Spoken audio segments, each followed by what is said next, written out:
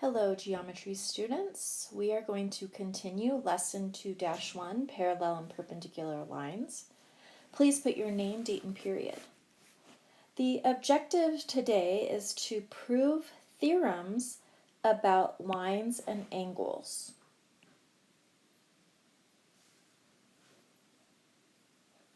In this first example, it says use parallel lines to prove an angle relationship. They are giving us some information, and then they want us to prove that angle CBD is a right angle. So I'm just going to highlight that so you can see what they're saying. They want us to prove that CBD is a right angle. It looks like it is, but that's not enough to prove it. We also are given that ABC and DBE are complementary. And we are given that, change colors here.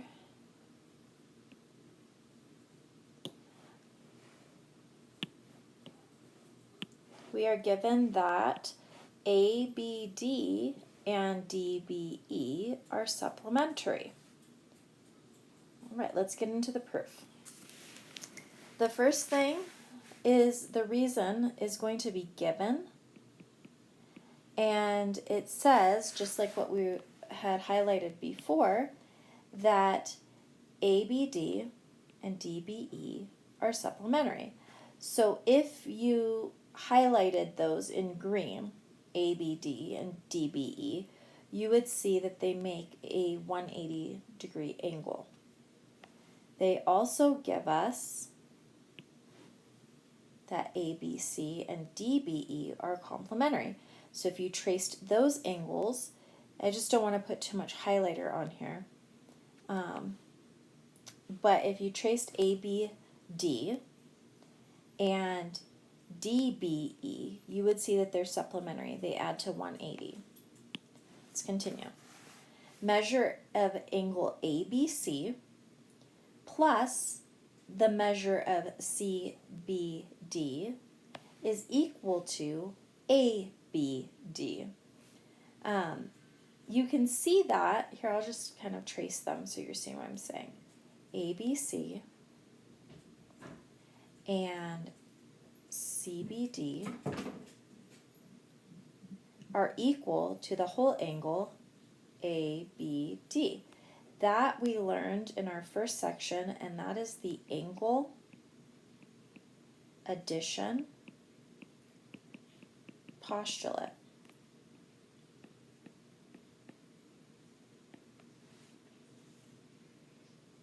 All right, now they want us to say something about complementary. So let's look at what was given. They already told us something about complementary. They told us that angle ABC and angle DBE are complementary. That was given to us. And so what we want to say about that, the definition of complementary means that if we add them together, it equals 90 degrees.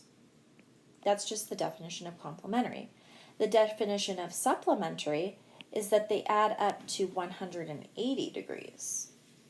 So supplementary is going to be something equals 180 degrees.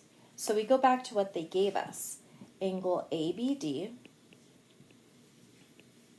plus angle DBE equals 180 degrees. That's just the definition of supplementary. If they are supplementary, then the angles add up to 180. Step 5. Angle ABC, so I'm looking at the diagram up here. I'm just going to erase it so we start fresh. Angle ABC and angle DBE plus angle CBD equals 180 degrees. Well, the reason why is because they make a straight angle. So that's, we'll call it definition. Definition of a straight angle.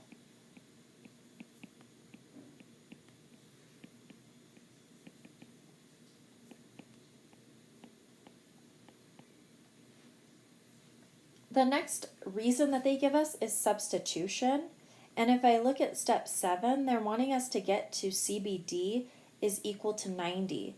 And so what I'm going to do is I'm going to take the step above, and we have in here, we have ABC. I'm going to leave out the CBD part, and we have angle DBE. Oops. Those ones, if you look up a little ways on step 3, you see that those ones equal 90 degrees. So I'm going to use substitution, and instead of writing the ABC and DBE, I'm just going to write 90 degrees. Plus, the measure of angle CBD is equal to 180 degrees. So I'm just taking that yellow highlighted part and I'm substituting it in with 90 degrees. Now, if we subtract 90 from each side, then we get CBD is equal to 90. And the reason we can do that is because of the subtraction property of equality. In step 8, it says that angle CBD is a right angle. And that is just the definition of a right angle. Because if it equals 90 degrees, which we said in step 7, then it is a right angle. By definition of right angle. And that is our first 2-column proof. Let's turn our paper over for another proof. We are given that the measure of JGH is 68 degrees. So I just erased that because I already had it on there. That's 68 degrees. And angle JGH and HGI form a linear pair. And we can see that if we connect these. They make a linear pair. They make a straight line, which is right here. Okay, so then we have to prove that the measure of angle JGF equals 112. The first statement is given. The measure of JGH equals 68, and the angle JGH and HGI form a linear pair. That was given to us. This second reason, I'm not really sure why they put this. I don't think that you need it to prove the next steps, but what they want us to put here is that angle, the first one that they gave us, the JGH, angle JGH, and angle, I want to get the orders right. I think it's JGF, yes. JGF are supplementary. And like I said, I'm not sure why they want us to do that or why they need that in the proof, but all it's saying is that the two angles that make this line are also supplementary by the supplement theorem. Now we're going to go on to step 3. The measure of JGH, so that's this one right here, the 68, and HGI, so that's this one, equal 180 degrees. Well, that's the definition of supplementary. They told us they're supplementary, so if they're supplementary, then they add up to 180. Step 4. We're looking at angle HGI, and we're looking at JGF, and we're saying that they are congruent. So we're saying that these two angles, the ones with the 2, are congruent, and that's by vertical angles.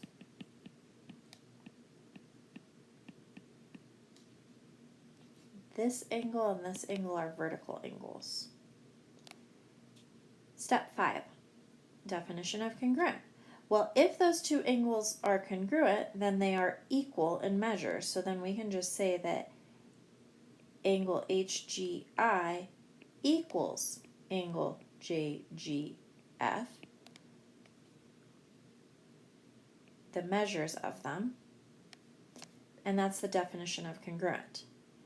Now we're going to plug in, so we have HGI, and we're just going to plug in 68, which was the JGH, since we know they're supplementary and they add up to 180. And that's just substitution, the reason for that, why we can do that. And step 7, if we follow from step 6 and we subtract 68 on both sides, we get 112. And that is the subtraction property of equality.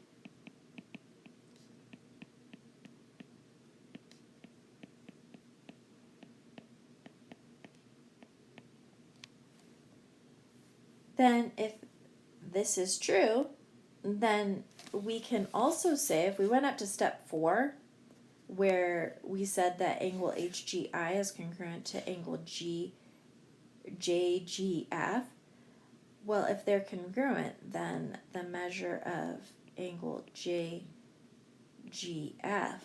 is also equal to 112 degrees, and that is,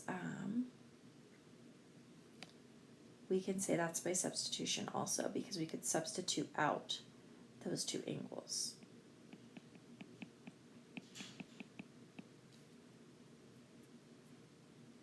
And so that's how we prove that the measure of JGF is equal to 112.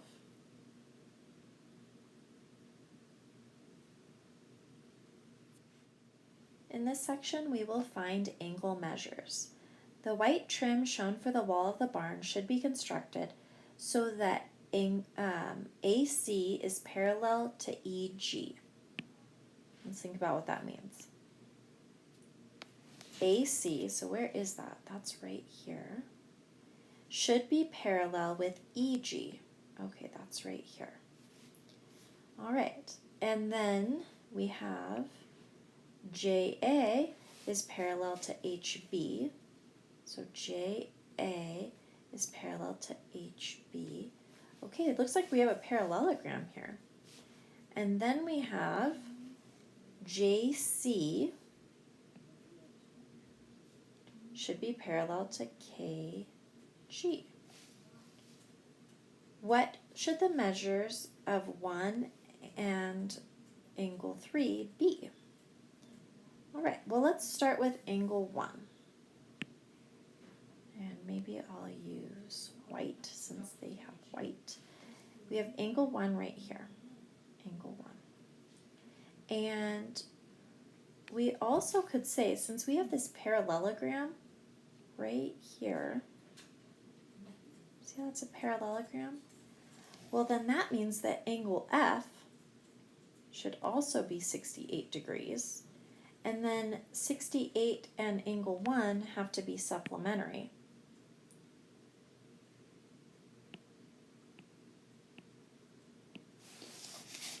Right? So angle A,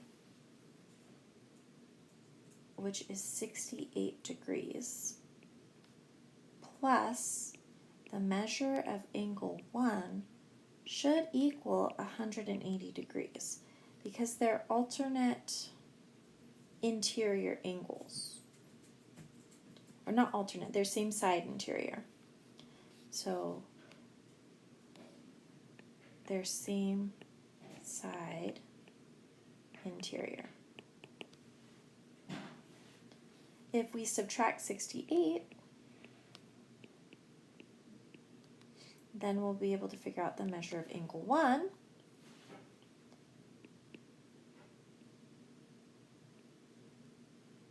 Looking like 112 degrees.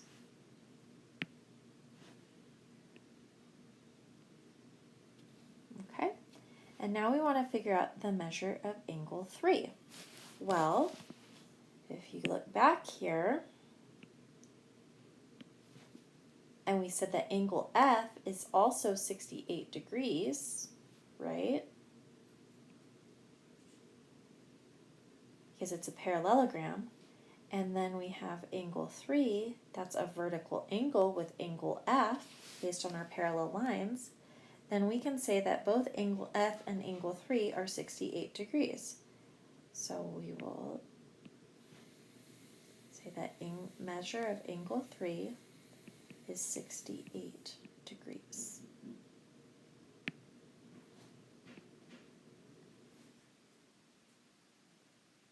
All right. If the measure of EJF, let's find where that's at. I'm going to kind of clear this off. We know what's parallel. We have EJF. So that's going to be this angle. I should probably use white again. This angle right here that we're looking for, because it's EJF.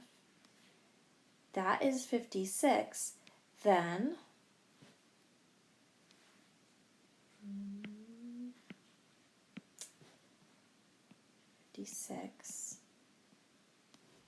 then what is the measure of FHK?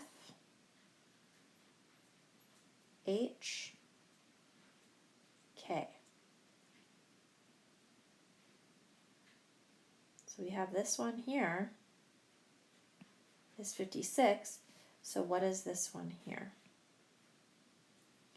All right.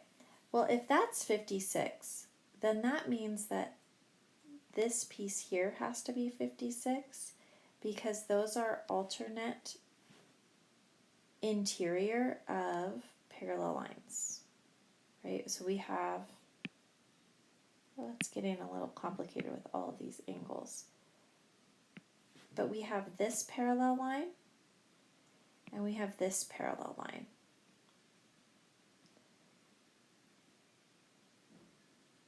And then we have these transversals, which cut those parallel lines. Those are also parallel. So that's how we can show that this is 56 and the other one is 56. So if that is true, then whatever the FHK is plus 56 has to add up to 180.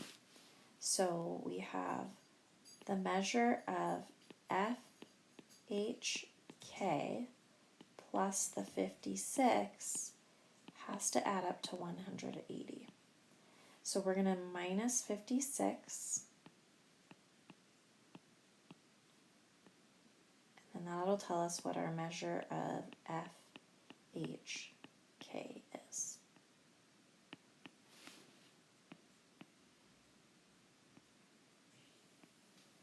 124 degrees. And that looks pretty accurate. Oops. So that's our answer.